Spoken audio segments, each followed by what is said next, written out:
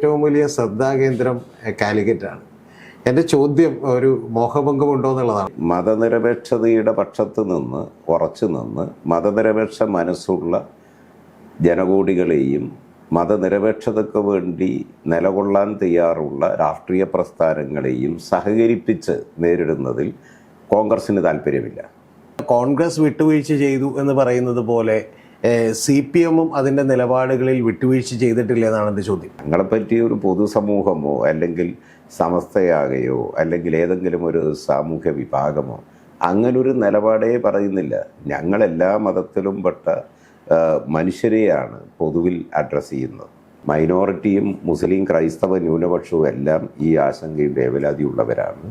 അവരെല്ലാം അതിശക്തമായിട്ട് തന്നെ CPIM സ്വീകരിക്കുന്ന ഇത്തരം നിലപാടുകളോട് ആഭിമുഖ്യമുള്ളവരാണ്. ഒരു LDF ഗവൺമെന്റ് പുലർത്തേണ്ട നിലപാടിന്റെ ജാഗ്രത പുലർത്തുന്നുണ്ടോ എന്നാണ് എൻ്റെ ചോദ്യം. ഇതൊരു CPMനെ ആക്ഷേപിക്കാനും അടിക്കാനും ആണല്ലോ മാധ്യമങ്ങൾക്ക് താല്പര്യവും വ്യഗ്രതയും. അപ്പോൾ ഇതിലൊരു ക്ലാരിറ്റി കുറവ് എവിടെയെങ്കിലും ഉണ്ടോ? ഒരു ക്ലാരിറ്റി കുറവില്ല. ക്ലാരിറ്റി കുറവ് നിങ്ങൾക്കാണ്. എന്തുകൊണ്ടാണ് മുസ്ലിം ലീഗിന് മാത്രം ക്ഷണിക്കുന്നത്? ഇത്തരം കാര്യങ്ങളിൽ ജനങ്ങളുടെ അഭിപ്രായ രൂപീകരണത്തിന് ശേഷിയുള്ളവരെയാണ് ഞങ്ങൾ വിളിച്ചത്. അതായത് പോപ്പുലർ ഫ്രണ്ട് ഓഫ് ഇന്ത്യയും RSSും എല്ലാം ഒരു നാണയത്തിൻ്റെ രണ്ട് വശങ്ങളാണ്. രണ്ടിനെയും പ്രോത്സാഹിപ്പിക്കുന്നത് ഇന്ത്യയിലെ കുത്തക കോർപ്പറേറ്റ് വിഭാഗങ്ങളും. പോലീസ് നടപടിയെടുക്കാൻ വൈകി എന്ന് പറയുന്ന ഒരു ആരോപണമുണ്ട്. വർഗീയ കലാപങ്ങളൊന്നും നടക്കാത്ത ഇന്ത്യയിലെ ഏക സ്റ്റേറ്റ് കേരളമല്ലേ? എന്തേ നിങ്ങളത് കാണാത്തത്? അതൊക്കെ കുട്ടിച്ചാത്ത സേവയായിട്ടാണോ? ഇത്തരത്തിലുള്ള ഒരു പാർട്ടിക്കകത്ത് നിൽക്കുന്ന സമുന്നതരായിട്ടുള്ള സഖാവിനെ പോലുള്ള നേതാക്കൾ തന്നെ ഇത്തരം പ്രസ്താവനകൾ നടത്തുമ്പോൾ അവർ പറഞ്ഞെന്താ, ഇനി ഉള്ള ഞങ്ങൾക്കുള്ള പ്രതീക്ഷ, മാവോയിസത്തിനുള്ള പ്രതീക്ഷ, മാവോയിസ്റ്റ് പ്രസ്ഥാനത്തിലുള്ള പ്രതീക്ഷ ഇസ്ലാമിക ഫണ്ടമെൻ്റലിസ്റ്റ് പ്രസ്ഥാനങ്ങളിലാണ്. TP വധക്കേസിൽ മാസ്റ്ററുടെ പേര് വരികയും അതിൽ നിന്ന് പിന്നീട് കുറ്റമുക്തനാക്കുകയും ചെയ്തു. പക്ഷേ എനിക്കിപ്പോഴും മനസ്സിലാവാത്ത കാര്യം, ആ 20 മാസം എൻ്റെ പൊതുജീവിതത്തിലെ 20 മാസം എന്തിനു നഷ്ടപ്പെടുത്തി എന്നുള്ളതാണ്.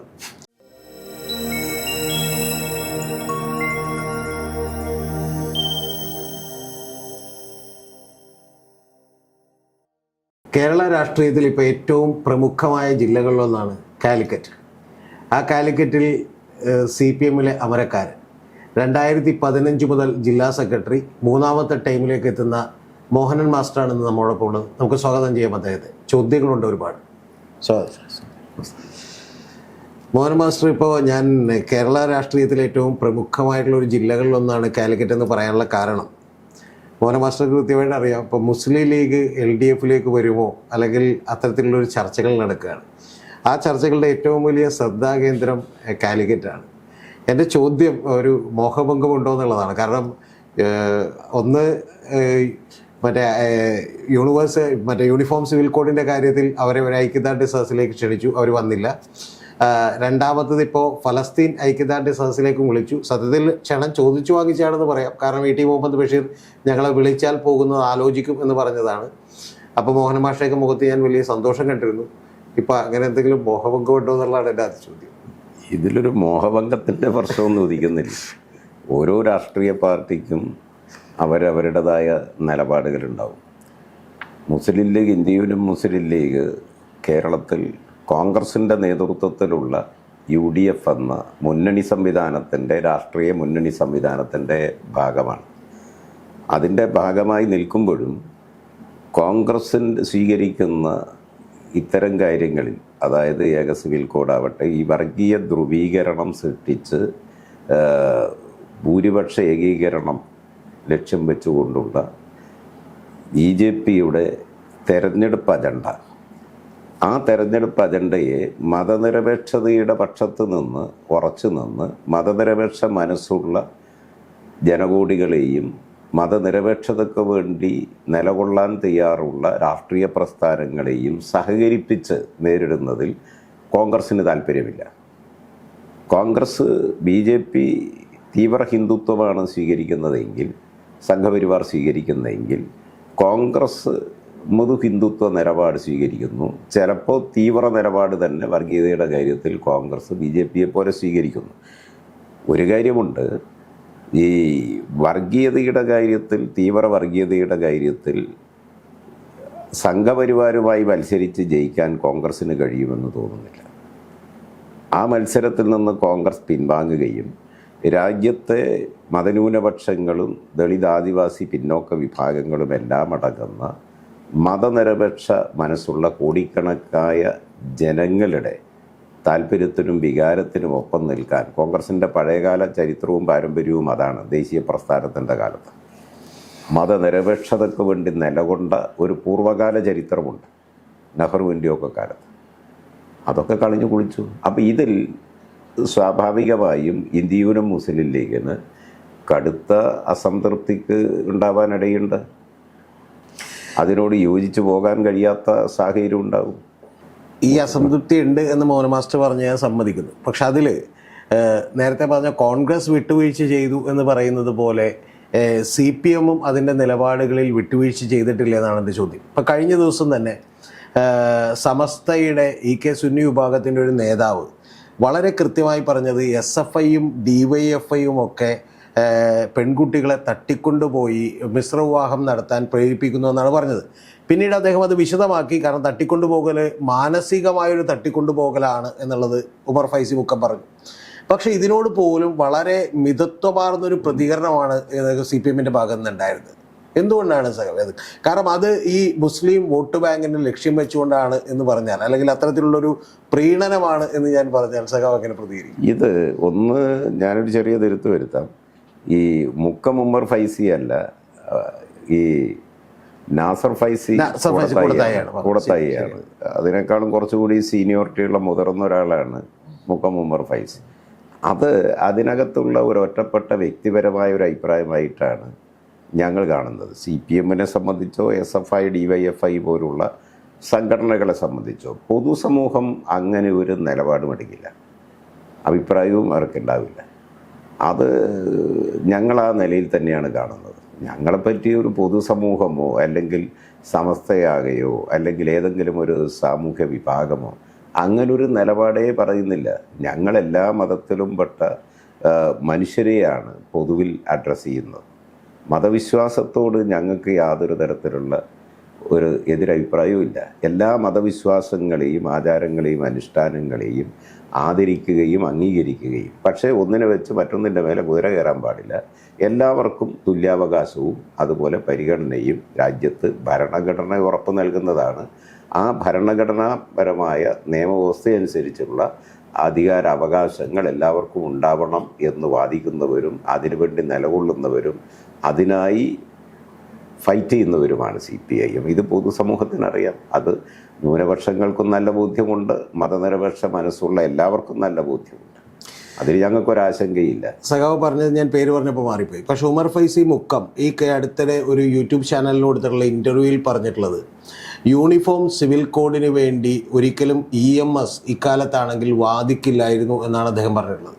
എന്ന് പറഞ്ഞാൽ CPM-ൻ്റെ നിലപാടുകൾ പോലും അല്ലെങ്കിൽ നിലപാട് മാറ്റം പോലും വളരെ ശക്തിയായി പറയുന്നതിൽ ഈ സമസ്ത സുന്നി വിഭാഗങ്ങൾ എന്ത് ചെയ്യുന്നു? അതൊക്കെ ഒറ്റപ്പെട്ട ചില പ്രതികരണങ്ങൾ അത് ഒരു ഒക്കെ വന്നിരിക്കും. അതിനോടൊക്കെ ഇത് പൊതുവായിട്ട് ഇപ്പോൾ ഈ സംഘപരിവാറിൻ്റെ വർഗീയ അജണ്ട രാജ്യത്തെ ഒരു മതരാഷ്ട്രമാക്കി മാറ്റാനുള്ള നീക്കമാണ് നടക്കുന്നത്. 2025 RSSന് രൂപീകരണത്തിന് 100 വർഷം തികയുന്നതോടുകൂടി ഇന്ത്യയിൽ ആ വഴിയിലൂടെ ബഹുദൂരം മുന്നോട്ട് പോകാനും അതിശക്തമായ വർഗീയ ധ്രുവീകരണത്തിന് അടിത്തറ പാകാനുമാണ് അവരിപ്പോൾ കോപ്പ് കൂട്ടുന്നത്.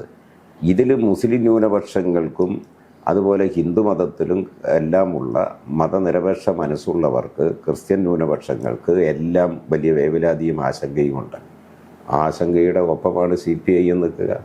അതിൽ വ്യത്യസ്തമായ ഒരു ഒറ്റപ്പെട്ട ഏതെങ്കിലും അഭിപ്രായങ്ങളോ പ്രതികരണങ്ങളോ പൊതുവിൽ ഞങ്ങളത് കാര്യമായി എടുക്കുന്നില്ല. മൈനോറിറ്റിയും മുസ്ലിം ക്രൈസ്തവ ന്യൂനപക്ഷവും എല്ലാം ഈ ആശങ്കയും വേവലാതിയുള്ളവരാണ്. അവരെല്ലാം അതിശക്തമായിട്ട് തന്നെ CPIM സ്വീകരിക്കുന്ന ഇത്തരം നിലപാടുകളോട് ആഭിമുഖ്യമുള്ളവരാണ്. സമസ്തയുടെ മുഖപ്രസംഗം തന്നെ ഇന്നലത്തത് നിങ്ങളെ ശ്രദ്ധയിൽപ്പെട്ടിട്ടുണ്ടാവുമല്ലോ.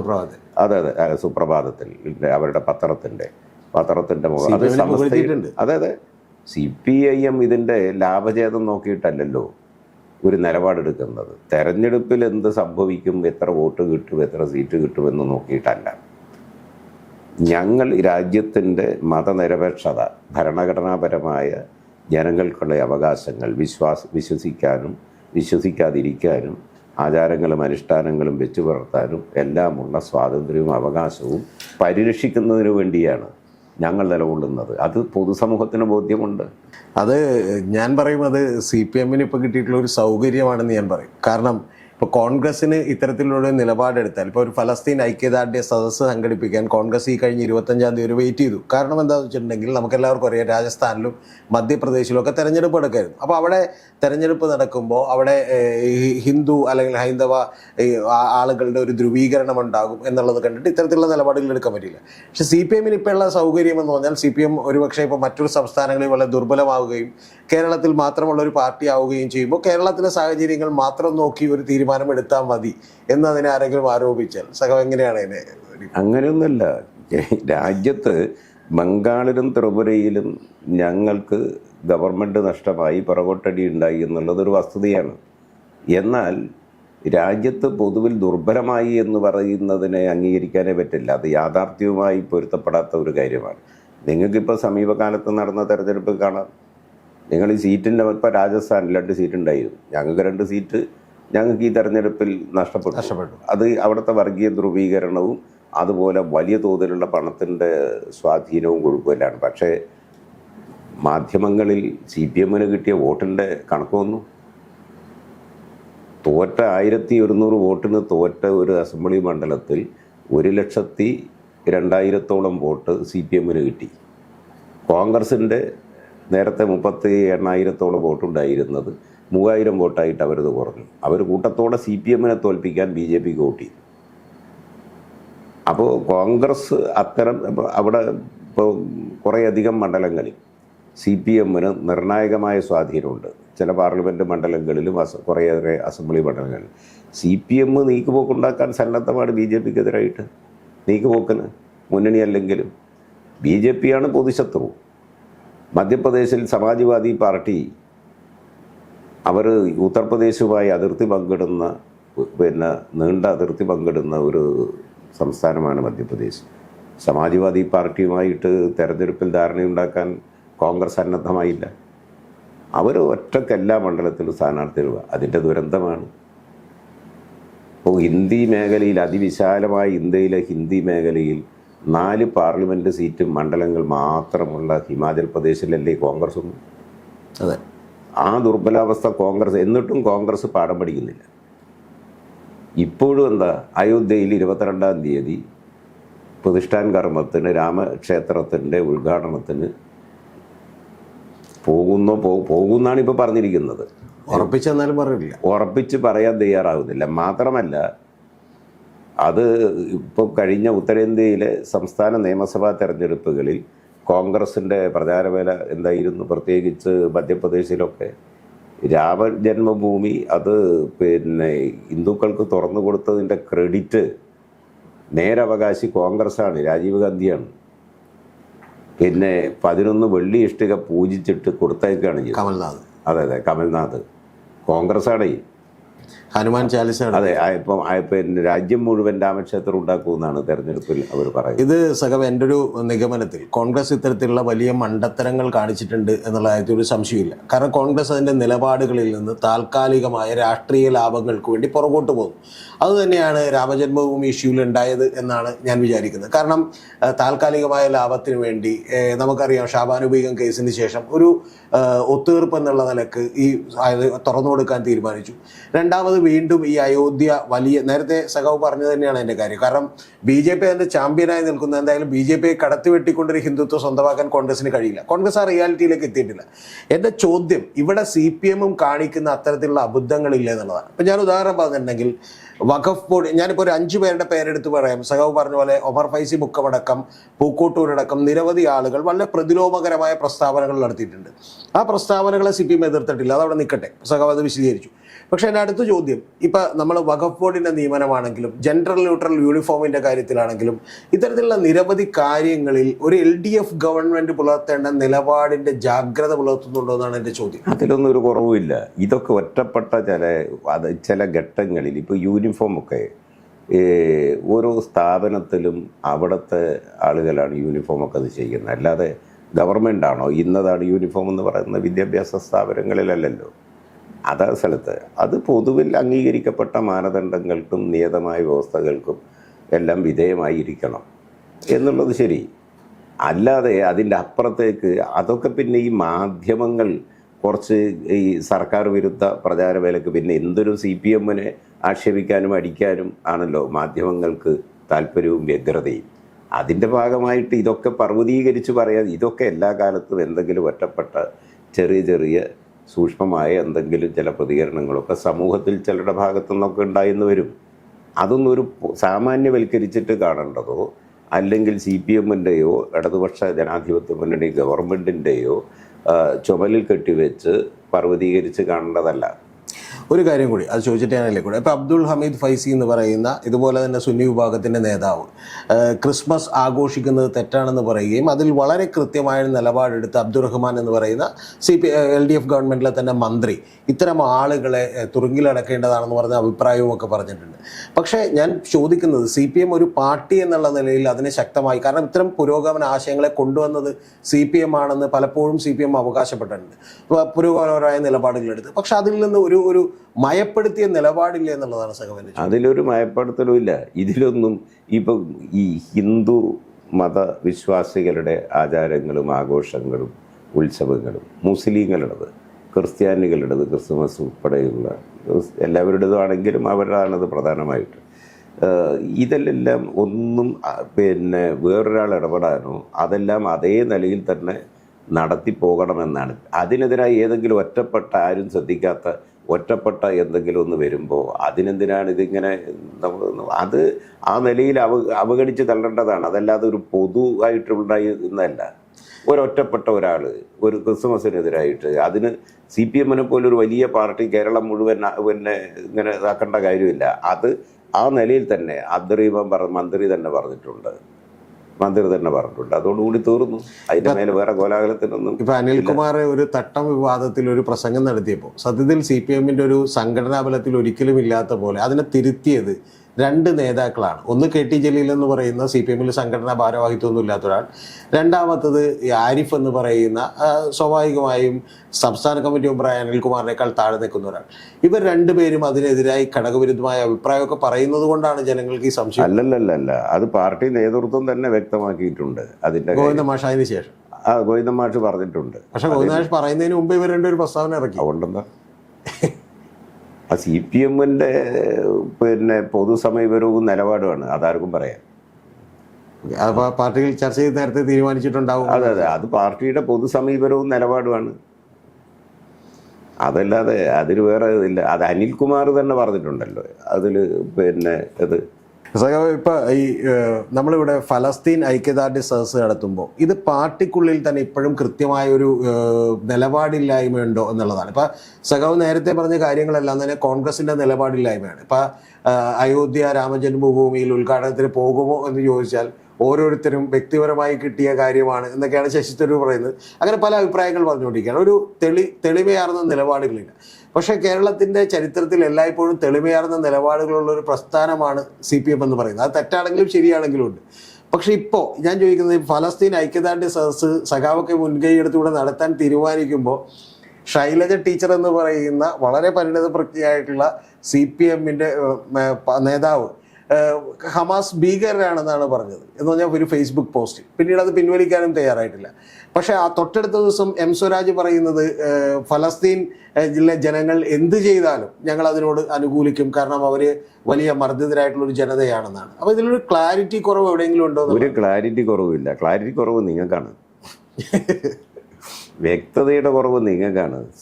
അത് കാരണം എന്താണെന്ന് പറഞ്ഞാൽ CPIM-ന്റെ ഇന്നോളമുള്ള പലസ്തീൻ പോലുള്ള വിഷയങ്ങളിലുള്ള നിലപാട് അത് ചരിത്രപരമായിട്ട് തന്നെ ഞങ്ങൾ സ്വീകരിച്ചിട്ടുള്ളതാണ്. പലസ്തീന് 75-7.5 പതിറ്റാണ്ട് കാലത്തെ നീണ്ട ഒരു ചരിത്ര പശ്ചാത്തലമുണ്ട്.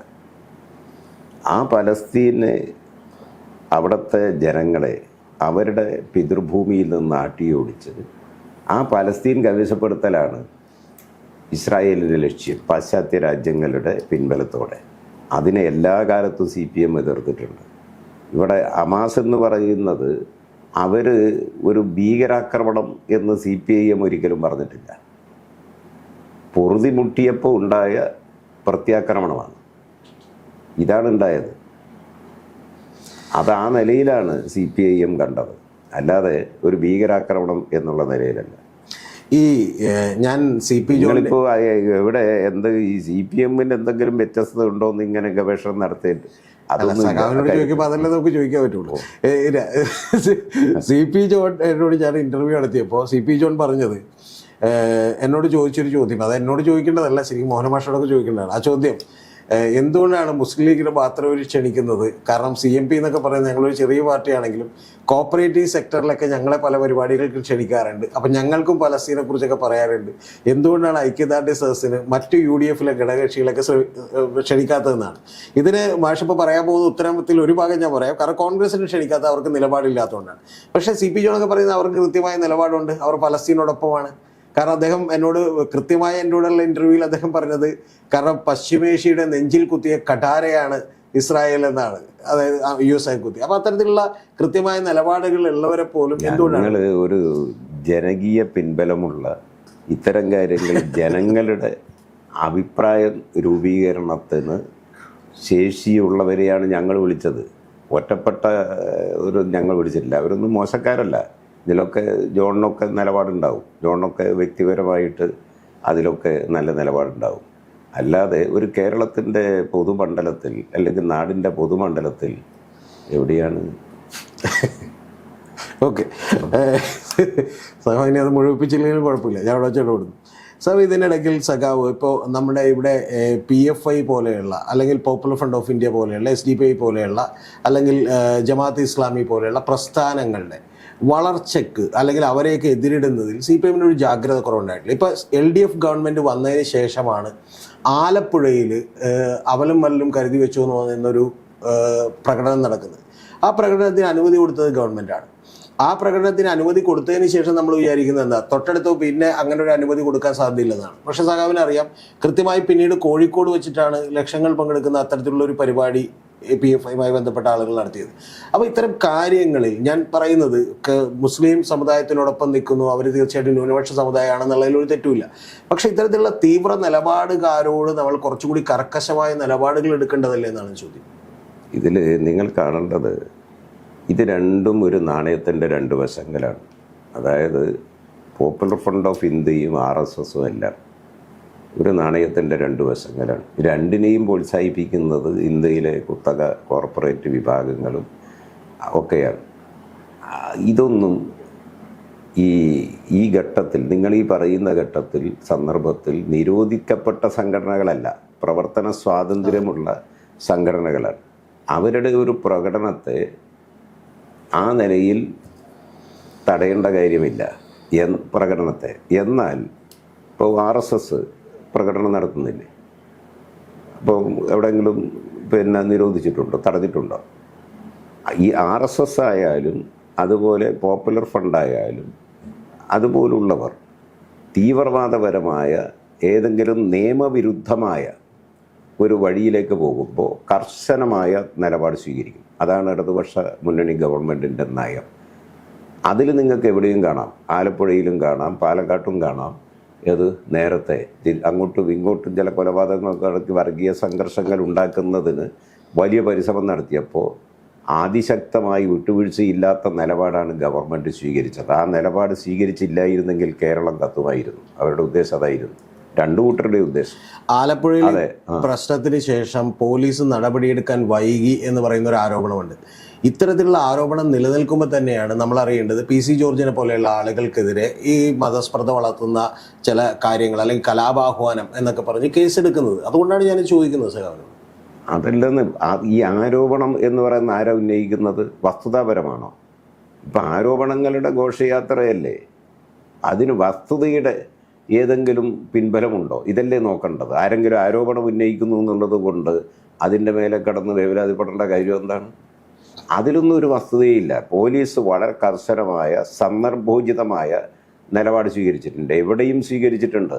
അതുകൊണ്ടാണല്ലോ രാജ്യത്ത് ഏറ്റവും നല്ല ക്രമസമാധാനമുള്ള സംസ്ഥാനം കേരളമാണല്ലോ. വർഗീയ കലാപങ്ങൾ ഒന്നും നടക്കാത്ത ഇന്ത്യയിലെ ഏക സ്റ്റേറ്റ് കേരളമല്ലേ? എന്തേ നിങ്ങളത് കാണാത്തത്? അതൊക്കെ കുട്ടിച്ചാത്ത സേവയായിട്ടാണോ? ഇതൊക്കെ പോലീസിൻ്റെ, കേരളത്തിലെ പോലീസിൻ്റെ സന്ദർഭോചിതമായ ജാഗ്രതയോടെയുള്ള ഇടപെടലാണ്. മാത്രമല്ല, അത്തരമൊരു പോലീസിനെ നയിക്കുന്ന കേരളത്തിലെ ഗവൺമെൻറ്റിൻ്റെ പോലീസ് നയത്തിൻ്റെ, ഇടതുപക്ഷ ജനാധിപത്യ മുന്നണിയുടെ ഗവൺമെൻറ്റിൻ്റെ പോലീസ് നയത്തിൻ്റെ ഭാഗമാണ്. ഞാനത് മാസ്റ്ററോട് ചോദിക്കാൻ കാര്യം, മാസ്റ്റർക്ക് അറിയാം, ഒരു തവണ മാസ്റ്റർ സംസാരിച്ചപ്പോൾ എനിക്ക് അതിൻ്റെ വെർബാറ്റം എൻ്റെ കയ്യിലില്ല, പക്ഷേ എങ്കിലും മാസ്റ്റർ സംസാരിച്ചപ്പോൾ പറഞ്ഞൊരു കാര്യം എന്ന് പറഞ്ഞിട്ടുണ്ടെങ്കിൽ ഇസ്ലാം ഫണ്ടമെൻ്റലിസ്റ്റുകൾ മാവോയിസ്റ്റുകളെ സഹായിക്കുന്നുണ്ട് എന്ന് പറഞ്ഞൊരു ആരോപണം ഉന്നയിച്ചിരുന്നു. അപ്പോൾ അന്ന് എല്ലാവരും ചോദിച്ചുകൊണ്ടിരുന്ന ഒരു ചോദ്യം, മോഹനൻ മാഷ് തന്നെ സമ്മതിക്കുന്നു ഇവിടെ ഇസ്ലാം ഫണ്ടമെൻ്റലിസ്റ്റുകളുണ്ട്, അല്ലെങ്കിൽ അത്തരത്തിലുള്ള തീവ്രപരമായ നിലപാടുകളുണ്ട് എന്ന് പറഞ്ഞിട്ടാണ്. ഇത് മോഹനൻ മാസ്റ്ററുടെ വായിൽ നിന്ന് വന്നൊരു വാചകമാണെങ്കിൽ തൊട്ടടുത്ത് നമുക്കറിയാം തിരുവമ്പാടി നേരത്തെ MLA ആയിരുന്ന, ഞാൻ പേര് പറയാതെ തന്നെ മാസ്റ്റർക്ക് അറിയാം, MLA വന്നത് ലവ് ജിഹാദ് ഉണ്ട് എന്ന് പാർട്ടി സമ്മതിച്ചിട്ടുണ്ട് എന്ന് പറയുന്ന കാര്യങ്ങൾ വന്നു. അപ്പോൾ ഞാൻ പറഞ്ഞത്, ഇത്തരത്തിലുള്ള ഒരു പാർട്ടിക്കകത്ത് നിൽക്കുന്ന സമുന്നതരായിട്ടുള്ള സഖാവിനെ പോലുള്ള നേതാക്കൾ തന്നെ ഇത്തരം പ്രസ്താവനകൾ നടത്തുമ്പോൾ അതൊന്നില്ലെങ്കിൽ തെറ്റിദ്ധരിപ്പിക്കപ്പെടുകയോ അല്ലെങ്കിൽ വളച്ചൊടിക്കപ്പെടുകയോ ഒക്കെ ചെയ്യുന്നുണ്ട്. അതിനെക്കുറിച്ച് എന്താണ് സഖാവിന് പറയാനുള്ളത്? നിങ്ങൾ ഈ മാവോയിസ്റ്റുകൾ നേരത്തെ അവർ ഉയർത്തിപ്പിടിച്ച നിലപാടുകളെല്ലാം പരമാബദ്ധമായി എന്നുള്ള നിലയിൽ അവർക്ക് തന്നെ ബോധ്യമായി. ആ മാവോയിസ്റ്റിൻ്റെ നേതാക്കന്മാർ തന്നെ ഇപ്പം അത് ചിഹ്നഭിന്നമായി നാമാവിശേഷമാകി എന്ന നിലയാണല്ലോ. അവരുടെ നേതൃത്വം തന്നെ പിന്നീട് നൽകിയിട്ടുള്ള ചില അന്താരാഷ്ട്ര മാധ്യമങ്ങൾക്കൊക്കെ നൽകിയിട്ടുള്ള അഭിമുഖത്തിലും പരസ്യമായ ചില പ്രതികരണത്തിലും അവർ പറഞ്ഞെന്താ, ഇനി ഉള്ള ഞങ്ങൾക്കുള്ള പ്രതീക്ഷ, മാവോയിസത്തിനുള്ള പ്രതീക്ഷ, മാവോയിസ്റ്റ് പ്രസ്ഥാനത്തിലുള്ള പ്രതീക്ഷ ഇസ്ലാമിക ഫണ്ടമെൻ്റലിസ്റ്റ് പ്രസ്ഥാനങ്ങളിലാണ്. അത് അവർ തന്നെ പറഞ്ഞതാണ്. അപ്പോൾ സ്വാഭാവികമായി ഇത് അതിൻ്റെ ഒരു അപജയം ചൂണ്ടിക്കാണിച്ചതാണ്. മനസ്സിലായല്ലോ? അതെ, ഐഡിയോളജിക്കലായിട്ട് അതിൻ്റെ ഒരു അപജയം ചൂണ്ടിക്കാണിച്ചതാണ്. ഇതാണ് വസ്തുത. മറ്റത് ലവ് ജിഹാദിൻ്റെത് അപ്പം തന്നെ 5 മിനിറ്റ് വൈകാതെ അങ്ങനെ ഒന്നും ഇല്ലെന്ന് തിരുത്തിയില്ലേ പാർട്ടി? അന്ന് ആ പറഞ്ഞ ആള് തന്നെ, അന്ന് CPM-ൻ്റെ ആള് തന്നെ, അതെ അപ്പം തന്നെ പറഞ്ഞല്ലോ എനിക്കൊരു അബദ്ധം പറ്റിയതാണ്. ഇത്രയും വളരെ സൗഹാർദ്ദപരമായി സംസാരിക്കുന്ന മാസ്റ്റർ സംബന്ധിച്ചുള്ള പേഴ്സണലി ഉള്ളൊരു കാര്യം ചോദിച്ചാൽ, ഒരു TP വധക്കേസിൽ മാസ്റ്ററുടെ പേര് വരികയും അതിൽ നിന്ന് പിന്നീട് കുറ്റമുക്തരാക്കുകയും ചെയ്തു. പക്ഷേ എൻ്റെ ചോദ്യം, ഇപ്പോൾ ഈ കഴിഞ്ഞ ദിവസം TP രമ സഖോ കണ്ടുണ്ടാവും ഇന്ത്യൻ എക്സ്പ്രസ് കൊടുത്തിട്ടുള്ള, ദ ന്യൂ ഇന്ത്യൻ എക്സ്പ്രസ്സിന് കൊടുത്തിട്ടുള്ള ഒരു യൂട്യൂബ് ചാനലിലെ ഇൻ്റർവ്യൂവിൽ, ഇന്ത്യൻ എക്സ്പ്രസ്സിൻ്റെ ചാനലാണ്, ആ ഇൻ്റർവ്യൂവിൽ പറഞ്ഞിട്ടുള്ളത് കുഞ്ഞനന്ദൻ എന്ന് പറയുന്ന 3 പാർട്ടിക്കാർ അതിൽ പ്രതികളായിരുന്നു. അതിൽ കുഞ്ഞനന്ദൻ ശിക്ഷിക്കപ്പെട്ടു. പക്ഷെ കുഞ്ഞനന്ദനെ പോലെ തന്നെയുള്ള ഒരു കുറ്റങ്ങൾ കണ്ടെത്തിയിരുന്നു. പക്ഷേ എന്തൊക്കെയോ തരത്തിലുള്ള കാര്യങ്ങൾ കൊണ്ട് മോഹൻ മാസ്റ്റർ വിട്ടുപോയി എന്നുള്ളതാണ്. മോഹൻ മാസ്റ്റർ രാഷ്ട്രീയമായ വിരോധം കൊണ്ട് ശിക്ഷിക്കപ്പെടണമെന്നുണ്ടാവും. അങ്ങനെ ഏതെങ്കിലും ഒരു കേസിൽ കുടുക്കി ശിക്ഷിക്കപ്പെടണം, ജയിലിലടക്കണം എന്നൊക്കെ ആർക്കെങ്കിലും താല്പര്യമുണ്ടെങ്കിൽ അതുണ്ടോ നടക്കുന്നത്? ഇതിനൊക്കെ തെളിവ് നിയമവും മറ്റൊക്കെ ഇല്ലേ? ഇപ്പോഴും എനിക്ക് മനസ്സിലാവാത്തൊരു കാര്യം, എനിക്കതുമായിട്ട് എന്താ ബന്ധമെന്നാണ് ഞാനിപ്പോഴും ചോദിച്ചുകൊണ്ടിരിക്കുന്നൊരു ചോദ്യമുണ്ട്. 20 മാസം റിമാൻഡ് കഴിയേണ്ടി വന്നു കോടതി വിട്ടയക്കുന്നവരെ, ജാമ്യം പോലും നിഷേധിച്ചിട്ട്. അന്നത്തെ UDF ഗവൺമെൻറ്റിൻ്റെ, ഉമ്മൻചാണ്ടി തിരുവഞ്ചൂർ ഇതെല്ലാം നയിച്ച ഗവൺമെൻറ്റിൻ്റെ ഒരു ഇടപെടലാണ്. രാഷ്ട്രീയമായ വിരോധത്തിൻ്റെ ഭാഗമായിട്ട്, ഒരു പ്രതികാര നിലപാടിൻ്റെ ഭാഗമായിട്ടാണെന്ന് നല്ല ബോധ്യം എനിക്കുണ്ട്. എനിക്കിപ്പോഴും മനസ്സിലാവാത്ത കാര്യം, ആ 20 മാസം എൻ്റെ പൊതുജീവിതത്തിലെ 20 മാസം എന്തിനു നഷ്ടപ്പെടുത്തി എന്നുള്ളതാണ്.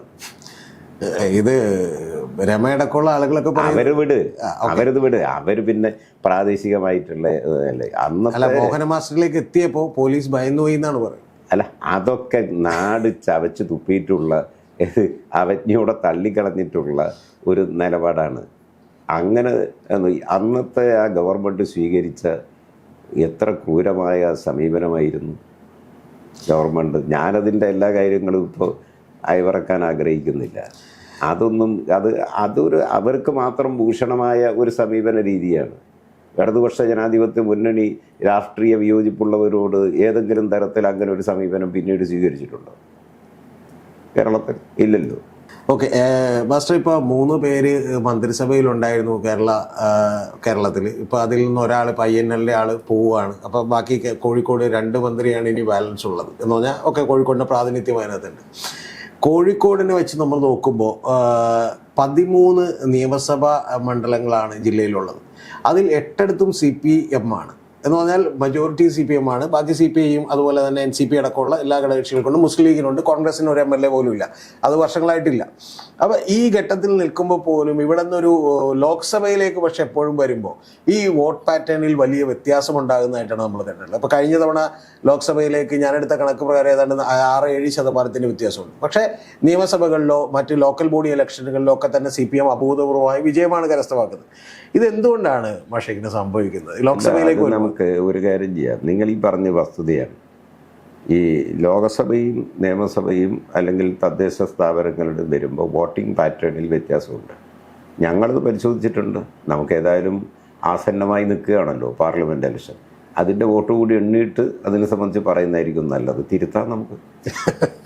ഭാഷ മത്സരിക്കുന്നില്ല എന്ന് കഴിഞ്ഞ തവണ ഞാൻ ഒരു നിയമസഭയിലേക്ക് എന്തായാലും മത്സരിക്കുന്നില്ല എന്നുള്ളത് അതിനു മുമ്പ് പറഞ്ഞു. ഇത്തവണ എങ്ങനെയാണ് പക്ഷേ ലോക്സഭയിലേക്ക് മത്സരിക്കുന്നത്? ലോക്സഭയിൽ പാർട്ടിയും ഇടതുപക്ഷ ജനാധിപത്യ മുന്നണിയും ആ ഘട്ടം വരുമ്പോൾ ആലോചിച്ച് ഏറ്റവും അനുയോജ്യരായ സ്ഥാനാർത്ഥികളെ കോഴിക്കോട്, വടകര പാർലമെൻറ്റ് മണ്ഡലങ്ങളിലൊക്കെ ജില്ലയിലെ മുന്നണി അതുപോലെ CPMൻ്റെ നേതൃത്വം എല്ലാവരും കൂട്ടായിട്ട് ആലോചിച്ച് തീരുമാനിക്കും. ഈ മാധ്യമങ്ങളിലൊക്കെ അല്ലെങ്കിൽ ഞങ്ങളെപ്പോലെയുള്ള മാധ്യമപ്രവർത്തകരുടെ ഇടയ്ക്കുള്ള ഒരു ടോക്ക് എന്ന് പറയുന്നത് ബേസിക്കലി MV നികേഷ് കുമാർ കോഴിക്കോടോ അല്ലെങ്കിൽ വടകരയിലൊക്കെ സ്ഥാനാർത്ഥി വരും എന്നാണ്. എനിക്കറിയാം പക്ഷേ മറുപടി ഇപ്പോൾ പാർട്ടി ആലോചിക്കും എന്താണുള്ളതാണ്. പക്ഷേ എന്തെങ്കിലും അങ്ങനെയുള്ള ഒരു റൂമറുകളോ സാധ്യത? അതൊക്കെ ഈ ഇലക്ഷന് വരുമ്പോൾ, അത് പ്രധാനമായും പാർലമെൻറ്റ് നിയമസഭയൊക്കെ വരുമ്പോൾ ലോക്കൽ ബോഡി പിന്നെ താഴെ തലത്തിലായതുകൊണ്ട് നിങ്ങളെല്ലാം അതിൻ്റെ പിന്നാലെ ഓടി കതിച്ച് ഉണ്ടാവില്ല. ഇതൊക്കെ എല്ലാ കാലത്തും ഉണ്ടാവും. അത് നിങ്ങളെ ഒരു മാധ്യമങ്ങളുടെ ഇപ്പോൾ ഒരു ആകാശവാണിയിൽ പണ്ട് 24 മണിക്കൂറും, ഇപ്പം ആകാശവാണി അത്രത്തോളം ആരും ശ്രദ്ധിക്കാറില്ല. പുതിയ ഇലക്ട്രോണിക് മാധ്യമങ്ങളുടെ ഈ ടെലിവിഷൻ മാധ്യമങ്ങളുടെയൊക്കെ നിലവിദ്വൻ്റെ വീണവായനുണ്ട്, സമയം. അതുപോലെ ഇത് നിങ്ങളിതിങ്ങനെ തുറന്നുകൊണ്ടിരിക്കും. അത് നിങ്ങൾ തുറന്നിട്ടില്ലെങ്കിൽ നിങ്ങൾക്ക് എങ്ങനെയാണ് സമയം അഡ്ജസ്റ്റ് ചെയ്യേണ്ടത്? അപ്പോൾ സ്വാഭാവികമായി തിരഞ്ഞെടുപ്പ് വരുമ്പോൾ ഇന്നയാൾ ഇന്നടത്തിൽ നിന്നൊക്കെ പറഞ്ഞിട്ട് കുറേ ഊഹാപോഹങ്ങൾ, അതിൻ്റെ മേലെ ചർച്ച, കോലാഹലങ്ങൾ ഉണ്ടാക്കും. അത് മാധ്യമങ്ങളുടെ ഒരു സമയം അഡ്ജസ്റ്റ് ചെയ്യാനുള്ള ഒരു ഏർപ്പാടാണ്. ഇപ്പോൾ ലോക്സഭയിലേക്ക് എന്താണെങ്കിലും സഖാവിന് വലിയ പ്രതീക്ഷയാണുള്ളത്. ഇത്തവണ ഈ പറയുന്ന 7% വലിയ മാറ്റം ഉണ്ടാവുമെന്നാണ്. എല്ലാം മാറ്റം. ഞങ്ങൾ വെറുതെ ഇരിക്കുകയല്ലല്ലോ. ഈ അനുഭവങ്ങളെല്ലാം വെച്ചിട്ട് നിങ്ങൾ ഈ പറഞ്ഞ വസ്തുത ഞങ്ങൾ ഗൗരവമായിട്ട് ഈ വോട്ടിംഗ് പാറ്റേണിൽ ഞങ്ങൾ ആലോചിച്ച് ഇടപെട്ടുകൊണ്ടിരിക്കുകയാണ്. ഇത്തവണ മാറും. നവകേരള സദസ്സൊക്കെ ഗംഭീരമായ വിജയമായി, എല്ലാം ഗംഭീരമായി.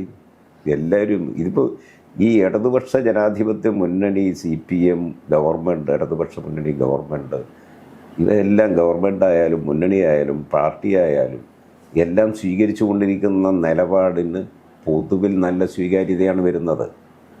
മാധ്യമങ്ങളും അതുപോലെ UDFും BJP എല്ലാം എന്തു പറഞ്ഞാലും അതിൻ്റെയൊക്കെ അണികൾക്കിടയിൽ ജനങ്ങൾ സ്വന്തം ജീവിത അനുഭവത്തിൽ വസ്തുതകൾ കണ്ടെത്തുന്നുണ്ട്. അവരുടെ രക്ഷകനെയും അവർ തിരിച്ചറിയുന്നുണ്ട്. അതുകൊണ്ട് ഞങ്ങൾക്ക് നല്ല പ്രതീക്ഷയാണ്. വോട്ടിംഗ് പാറ്റേണൊക്കെ മാറും. പാർലമെൻറ്റ് തെരഞ്ഞെടുപ്പിലും നല്ല മേധാവിത്വം ഇടതുപക്ഷ ജനാധിപത്യ മുന്നണി കൈവരിക്കും. അത്തരത്തിൽ നയിക്കാൻ എന്തായാലും സഖാവിന് കഴിയട്ടെ. സമയത്തിന് ഒരുപാട് നന്ദി. ഓക്കെ.